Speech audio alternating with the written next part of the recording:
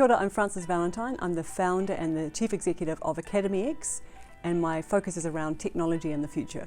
This type of role and people who look at foresight into the future is really important because so many decisions we make today are going to be around for 50, 60, 100 years.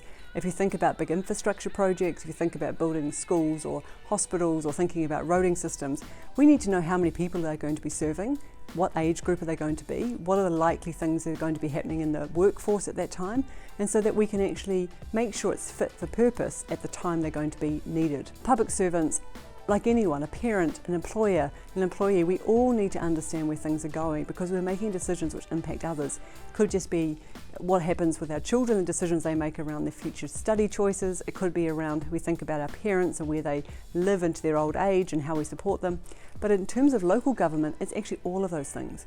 It's really about saying, who do we need to bring in? Who are the experts so that we do know and we can plan for. So we live in a world right now that is so much built around sort of chaos and complexity, and actually that is almost the norm now. And so what we have to do is get really comfortable with change.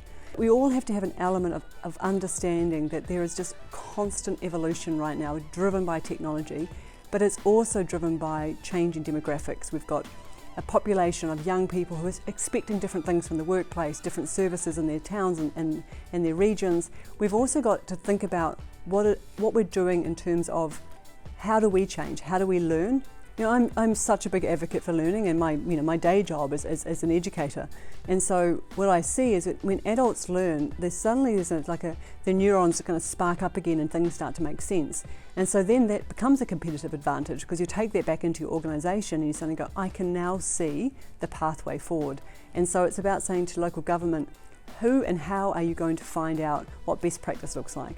How do you know what others have done around the world, and how would you implement the same types of change? So you don't always have to be starting from scratch. That actually there are some amazing resources out there that will tell you what has been done in similar environments that could be beneficial for you. One of the things that I really focus on as well is unlearning, which is this idea that what we once knew to be true often has been replaced with better knowledge, or we've proven it to be no longer fit for purpose. And so I put people into two camps. The above the line, which are people who are willing to learn and actually to kind of pick up new ideas and concepts, and then the people below the line are fixed and they have to be right.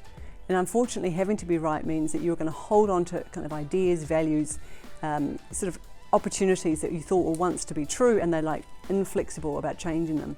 They are the people who are the biggest roadblocks as we progress forward as a region or a country, even the world. We need people who are open to change and actually listening to different communities, different age groups, different people with incredible skills so that we can go, actually, I don't know. This is stuff I'm really unfamiliar with. And being willing to say, I don't know what I don't know is a really powerful trait.